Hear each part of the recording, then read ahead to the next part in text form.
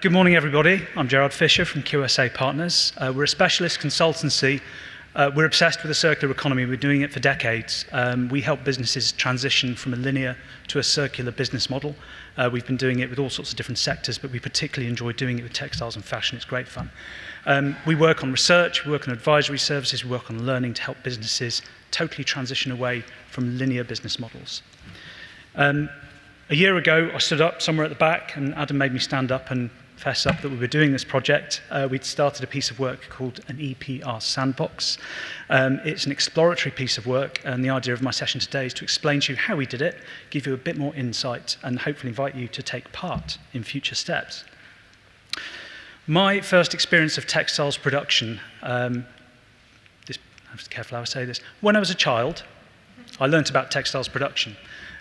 Because my mum used to hand knit Aran sweaters. I had the pleasure of living in the Lake District, and she would sell these Aran sweaters in a shop in Ambleside in the Lake District, and we'd drive past Lake Windermere regularly to deliver the jumpers. Has everyone been to Windermere? Lots of you have seen Windermere. It's a big lake, isn't it? 10 miles long, 1 mile wide. They had the joy of an inquisitive child in the back of a car before the advent of the iPad, so I would ask, how much water's in the lake, Daddy?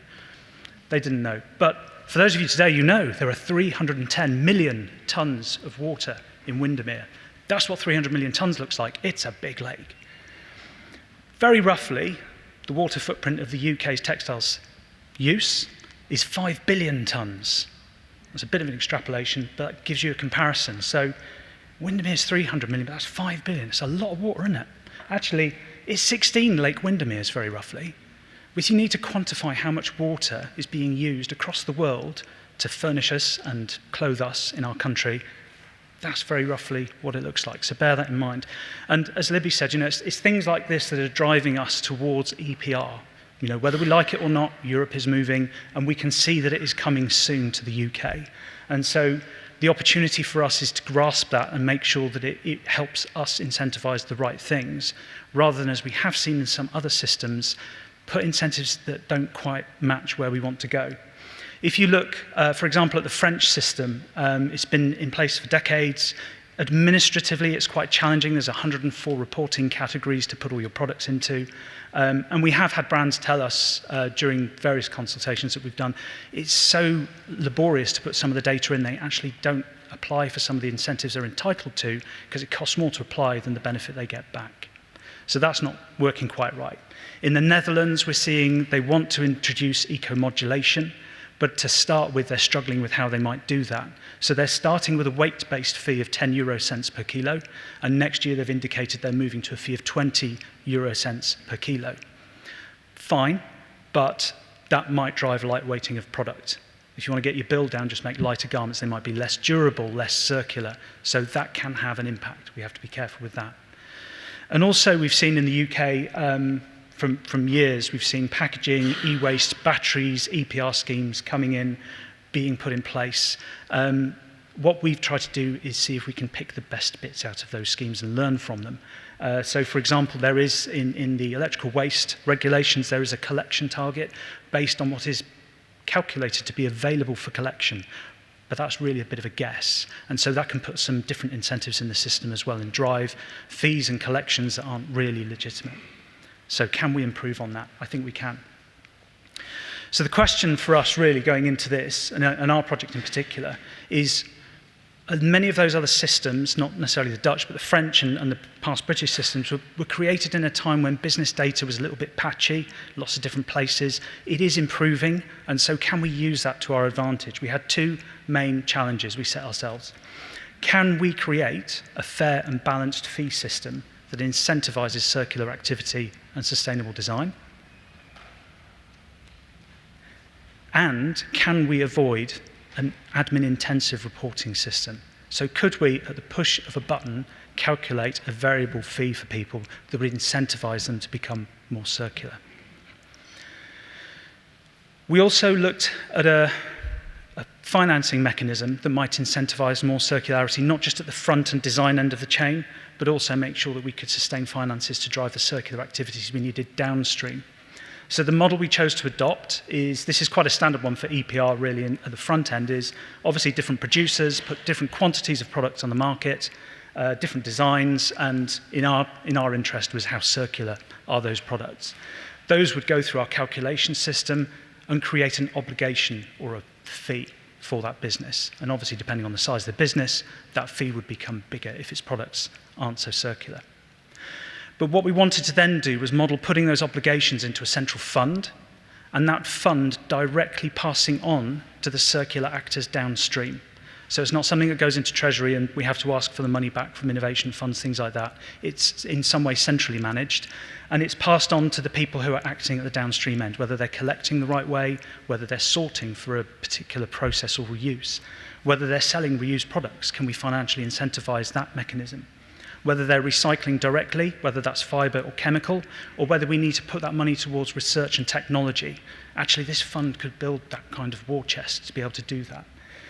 It could also start looking at consumer engagement and maybe visible fees and things like this, but that's a long way into the distance. But importantly, the brands that are also the producers might be taking part in those activities, so they would also be paid out of this fund if they're taking part in the circular actions. So we're incentivizing them at both ends, first of all on product design, but secondly on circular activity. So bear that in mind as we go through this talk. So our project really was about, can we get this huge mass of data? Can we analyze it? That was the main question, and that's why it was an innovative project. And then from the data gaps that we identify, can we understand where we would need to go next? What I do need to say is I'm going to present some numbers today from the variable fee calculation. They are not real numbers, and they are not what we are recommending as an EPR fee. They're just to set an example of what's possible. We'd been talking about this project for a few years, certainly with Adam and his team, British Fashion Council, and always struggled to get it off the ground. But what liberated this really was a chunk of funding from Innovate UK, so I'd like to thank them for their input. This came from the Circular Economy Hub at Exeter University, but we did take part in this with UKFT, with the British Fashion Council, the Hub itself, and had the British Retail Consortium backing us up. So we had a lot of engagement from industry, which was really, really useful.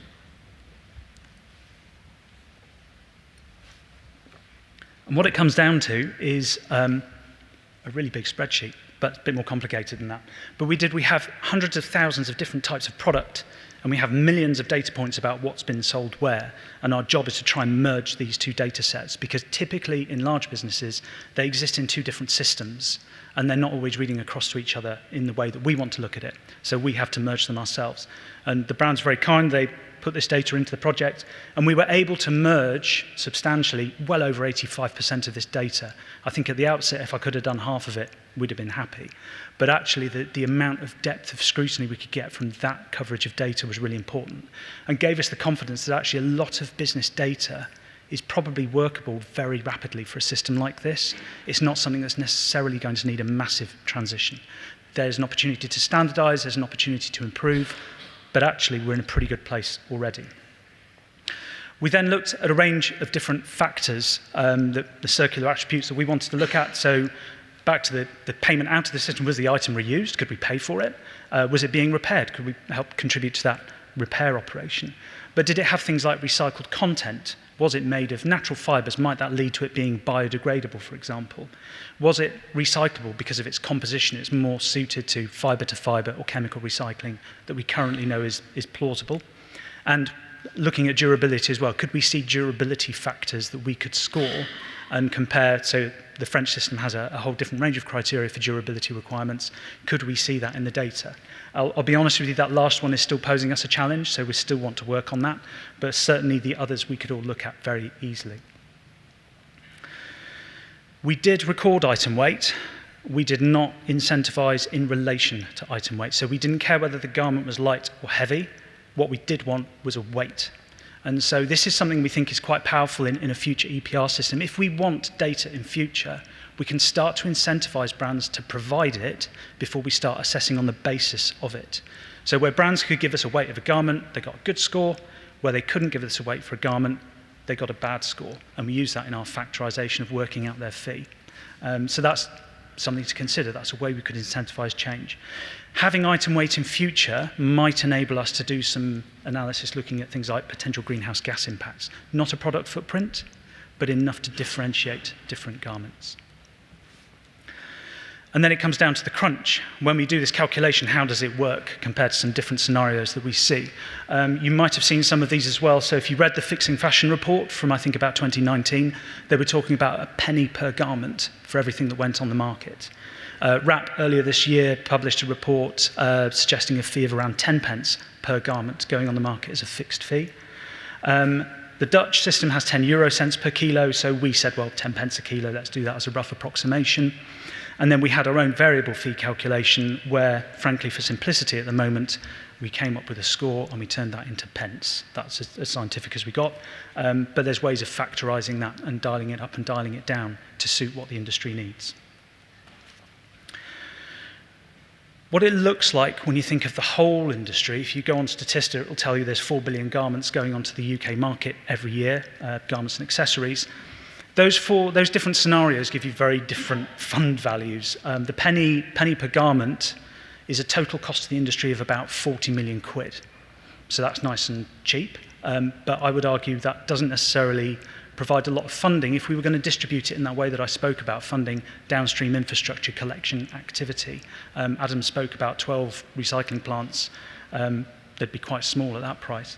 The Dutch pricing system gives you an intermediate figure of 130 to 260 million pounds approximately. And the 10 pence per garment figure gives you 400 million pounds as a cost to industry. Now that's per year, that's a big war chest, but is there a way of fairly distributing costs so that we're not all just paying the same regardless of what product we put on the market? So I'm going to present some calculations that we've done. This is not real data, this is notional data. We wouldn't touch real data on this presentation for you. So I've picked an example of a brand selling 50 million garments a year. I know that might not fit with all of you. Take 1,000 off if you like. But then we start mapping out what this fee mechanism might look like for an individual business. So a brand selling 50 million garments a year would only pay £500,000 if we take the penny charge. But if it's 10 pence, that's 5 million quid off their bottom line straight away, with no incentive to change what they're doing. And so that's a cost of business, it just becomes a cost of transaction, and it doesn't stimulate much change. That fund might be invested later on, that would be great, but it doesn't drive circular design.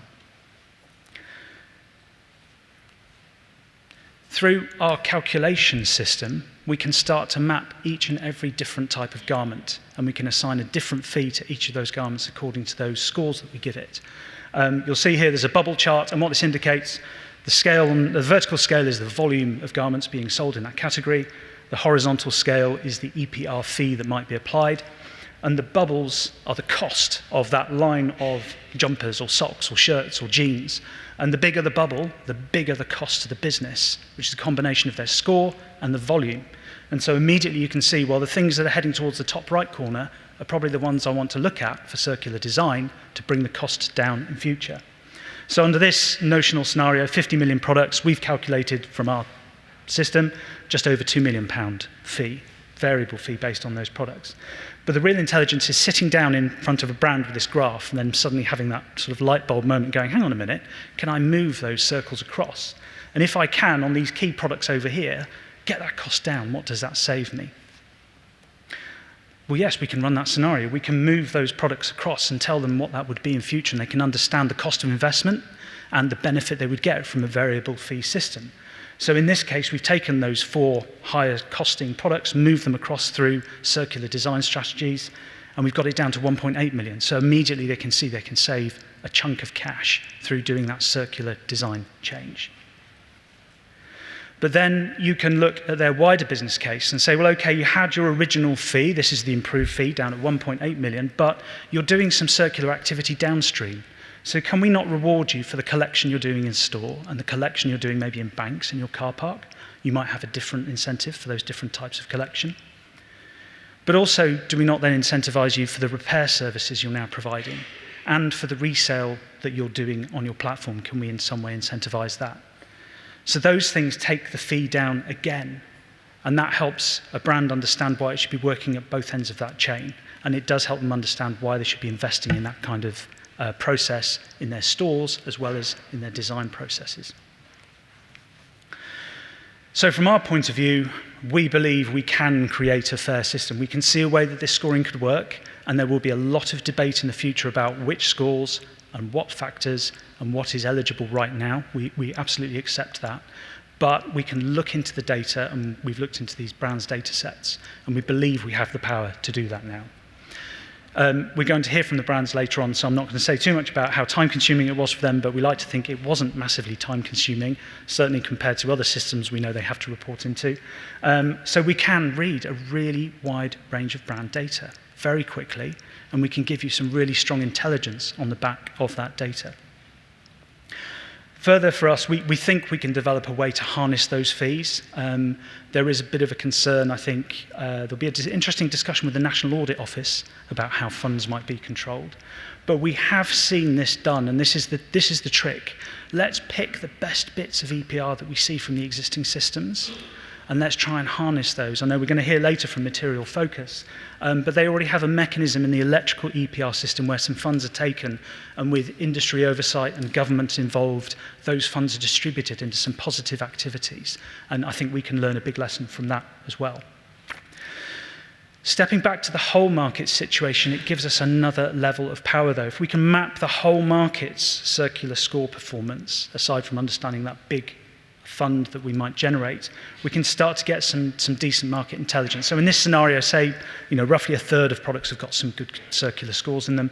In future, we might get to a situation where many more products are scoring better and effectively getting a reduced fee. So we can now put a price on what that fee might be for the whole industry, and therefore how much funding that might raise. And this enables a really useful discussion between if you said, for example, my fee was to be 10p, how much might that raise in total? So is it £400 million or a different figure? Or if I need £250 million, what does that fee have to be to raise that money? And very intelligently now we can connect those two data points and really help the industry drive the right kind of investment, which I think is quite powerful. While we were doing this, we did a couple of little surveys. I'm going to put a QR code up, and you're welcome to put your 2 penneth in on this as well. We asked participants and some other brands what factors they wanted to see incentivised. So back to Libby, what the public wanted to see. This is looking at what the industry would like to see incentivised in such a system. Unsurprisingly, I guess, design for recycling, people feel confident about. Design to be repaired, confident in that as well. Recycled content is up there.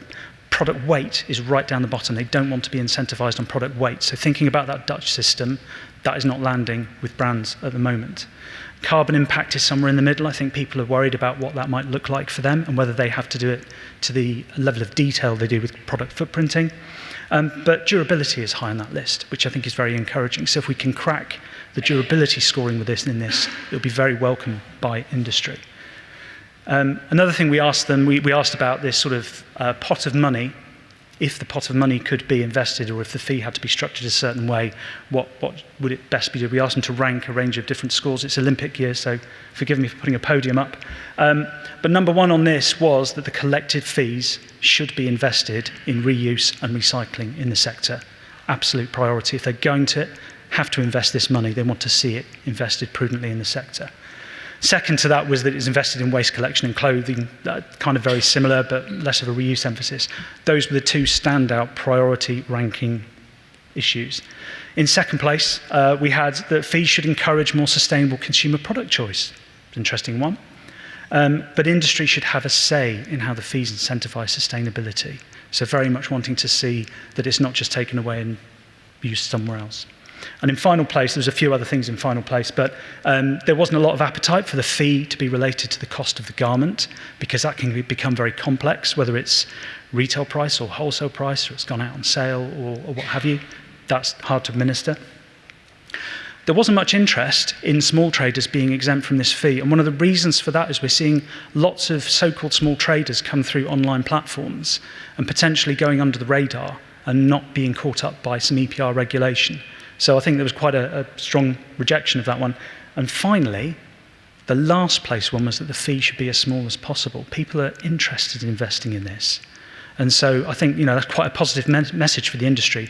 They genuinely want this to be an impactful mechanism. So today, as a result of this work done within a consultancy, Christina and I are launching a new business called UKFT. We're launching the white paper from that company, And we're doing that deliberately because we need an organisation that has the governance and responsibility to be able to do this kind of data work on a much bigger scale. Through our original project, we used some data subcontractors and we made sure that we couldn't touch the data. But to be able to do this work properly in future, actually we need to be able to get hands around the data and analyse it in detail. So we've done the white paper. Adam's mentioned it before. It's available on our website as well. But for us, the really exciting thing is now, we want to take this sandbox further. We've done an initial test. We've proved that it can work. We've proved that it has value. And now we want more brands to take part in this because we think it can be very valuable and powerful for you. So our call to you, if you're a brand or producer in the room, please come and talk to us. Come and see how we can work with your data and get you some of that feedback so that you're armed with intelligence for the discussion when it comes to consultation on EPR. There will be a consultation process. This is to give you ammunition so you understand how it might or might not work for you. We are not saying there's a right way and a wrong way. We're saying this is a way of scrutinising your options. Governments and policymakers in the room, we want this to work. We want it to work well and effectively for governments, for businesses and society. So please come and talk to us about how this might work. The really exciting thing is, with a push of a button and getting the data, we think we can do variable EPR scoring for multiple countries simultaneously.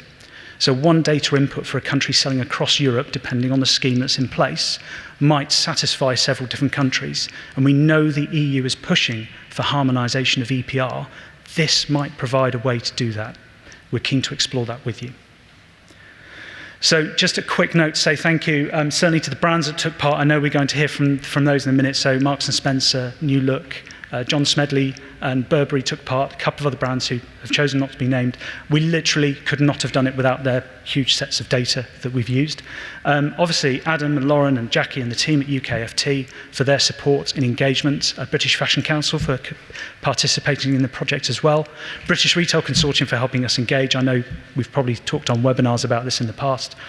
And obviously the NICER Hub for funding the work, without which this wouldn't have been possible.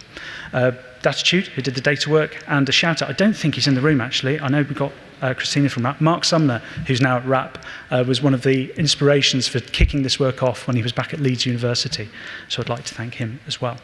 I welcome any questions you have, and if you want to do the survey, it's over there right now. Thank you.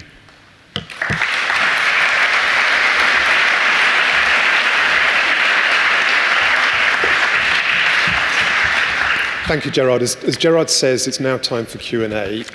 If you put your hand up, and if I choose you, can you say who you are and where you're from? If I know you and I don't recognise you, I apologise in advance. The truth is, I opened the bathroom cabinet this morning and found I didn't have the right contact lenses. So bear with me. That's actually true. So who would like to start with the first question? At the back.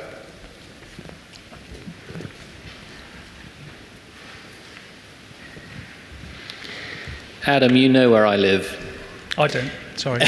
Sorry, Ian McLean from John Smedley. It's just a quick one really, but obviously all of this work ultimately has to get back in some way to government for legislation to take place. Is the mechanism for that through UKRI, or what, how do you see it ultimately when you have a good idea and you express it, getting back to the legislators who will ultimately put legislation in place? Right. So yeah, as part of the engagement with this work, and Adam and the other people involved, we were talking directly with DEFRA, so informing them that this was coming, how we were doing it. Also Department for Business and Trade to explain about all the skills and benefits that come from the downstream funding opportunities as well. So they were very receptive to that, even before the change in government, but even more so now, I think. So we're directly hooked in, and in the NICER Hub, the connection to DEFRA was through the data science team, and they've got another interest because in the future, if this system, for example, could tell them accurately exactly how much cotton, polycotton, wool, whatever is coming onto the market, that can help you plan your collection and recycling infrastructure in future. So there's lots of different angles for them to engage with this as well. But yeah, we are engaging directly. I think just to follow up on that, I mean, I think part of my role normally is to push back on legislation. But in this particular issue, the entire industry wants this legislation. UKFT, the British Fashion Council, the British Retail Consortium are all saying exactly the same thing. So the message is there, the message is very clear, and we're all talking to DEFRA about the need to bring this in as soon as possible. Next question.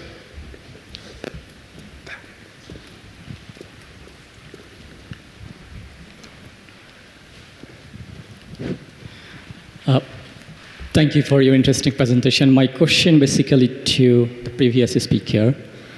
One of the interesting statements saying that producers are responsible for 53% environmental impacts. So I'm politely disagreeing that kind of statement. I did my PhD from the University of Manchester, and one of my objectives was to looking the environmental impact from the supply side, and the supplier, the producer.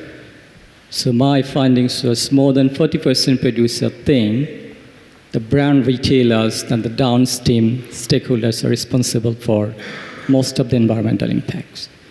The reason, the logic was, we know the supplies, especially developing countries, are very much driven by brand retailers, the recommendation, their actions, the policy, and the business model they follow. And also with the cost, how they do the pricing. For example, some of the brand retailers, they do recommend unsustainable materials to the suppliers. And many suppliers, they just follow those, the policy code of conduct. So, yes.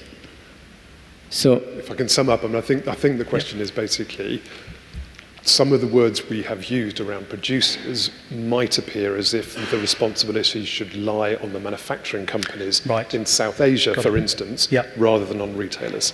And is that true or not? So, sorry, I've used the term EPR, producer responsibility. Producers are classed as who puts the item on the market in that market. So if you look at electrical waste, for example, Sony is a producer of a Sony television, but sometimes Currys is a producer of a Sony television because they put the item on the market. It's a technicality, but we talk about that at the market end, not the supply chain end. True. That's true. Tim behind, sorry, if you just pass the mic to the gentleman behind you in the glasses, Tim. Thank you. Tim Cross, Circular Textiles Foundation. Gerard, really interesting, and thank you for that. Forgive me, 2 questions. One, timescale, and secondly, do you think that DPP will form part of a UK EPR scheme? Right. I'll take the second one first, if I may. DPP, I think, is a little bit challenging. It might leverage doing this quicker, depending on what data points exactly are included in the DPP in future. So I think the other thing we're seeing is there's lots of different offers on the DPP market, and it's whether we can read those effectively. Timescale-wise, honestly, from a regulatory point of view, we don't know. I think this circular economy task force they're now forming in DEFRA will help lay the roadmap. That's going to run for 6 months, and I think the challenge on us as a sector is, can we be ready to engage with that when that roadmap is drawn out? So for us at WEFT, over the next year, the more brands and the more data we can get into this system, the more powerful the evidence base becomes, and the better our knowledge of genuinely what levers we can and can't pull. And then we can have an honest discussion with government. But personally, going on record as quoting a timescale, I can't see within a couple of years that government could implement a system unless it was to just start with a flat fee while it works out, like the Dutch system, while it works out how that eco-modulation might work. But I think, while it's doing that, there's still the engagement about how funds are used, so this is a way of getting all that discussion into one place. Question here. Thanks, Chair, and thanks for the very detailed presentation. A couple of just quick thoughts, comments. When we came in the electronics sector originally, there was individual producer responsibility as part of it, but government kicked it out because they thought it was going to have too much of an impact on SMEs. I wonder what your comment is on that. Just other detail points in terms of product life extension.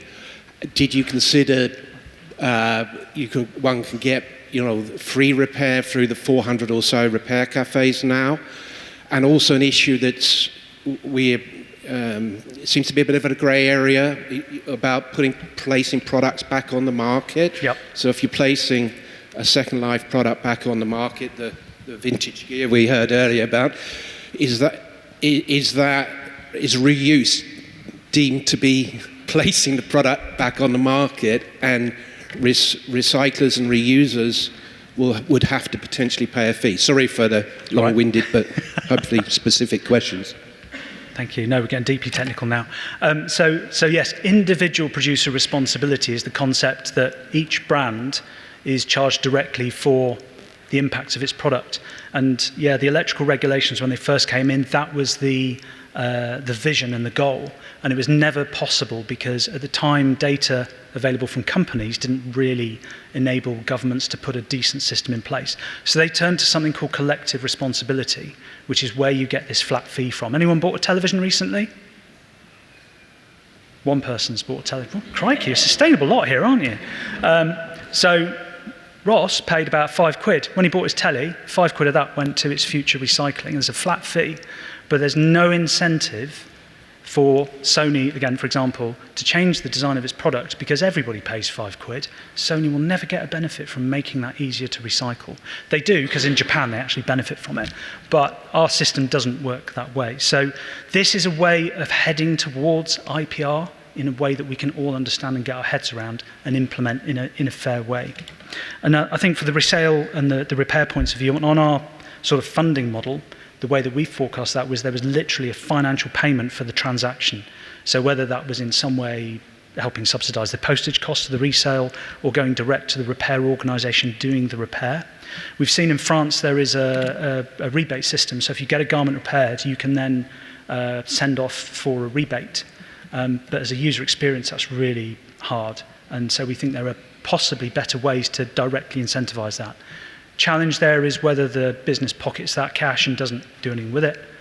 But I think that's something to be worked on. There's a question here.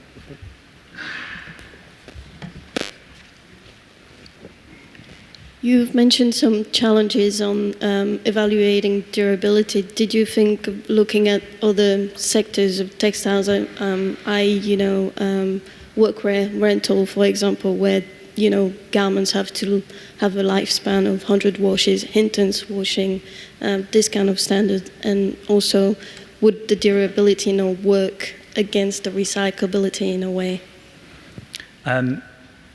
Right, so the challenge we have with durability is there are different thresholds for what is a durable garment, depending on what type of garment it is. You're absolutely, as you say, with workwear, with denim, with light blouses, things like that. So we found it challenging to apply those directly at this stage and see that data robustly within the systems that we were looking at.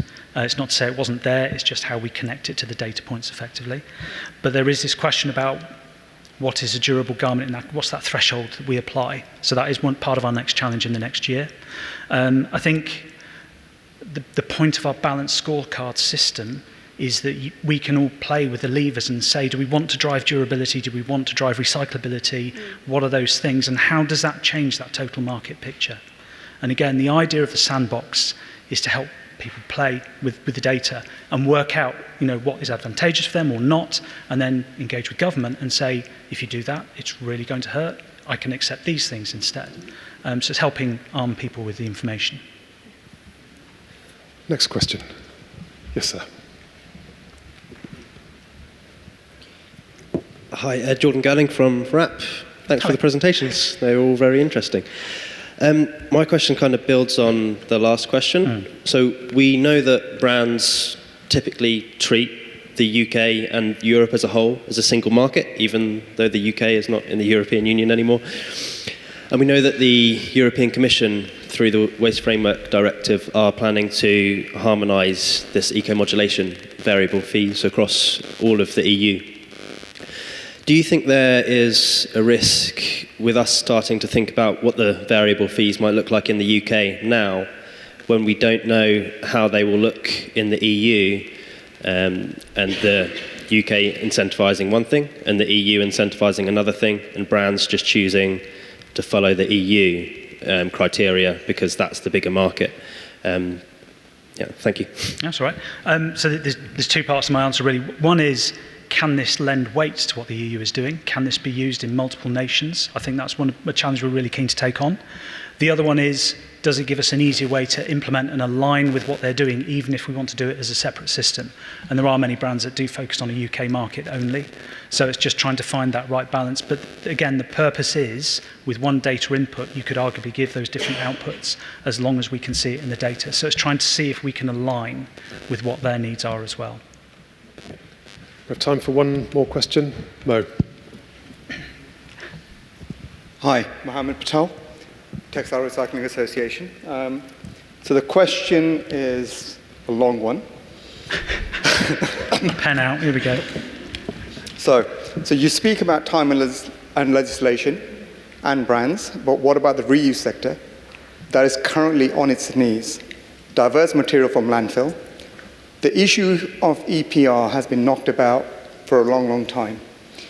To look at the France model is laughable as far as I'm concerned. They've had 15 years. It's only been in the last year and a half they've pulled their finger out to actually do something positive. There's hope. I'm not knocking that. So my questions to you, what will and can be done to support our sector now, not in 3 years, 5 years, or whenever EPR kicks in? That's number one. Number two, you talk about circularity in the presentation. So why was the post-consumer reuse and recycling sector not part of your study? So I haven't got control over what happens in the next 6 months from government regulation. I appreciate what you're saying exactly about the need for help. Within the system we're trying to calculate is what that incentive would look like. And we're talking about a direct transfer of money from that fund to the organisations doing the sortation and reuse. So it would help offset some of the pain that they're feeling. That's our vision for the future, but we can't make that live today.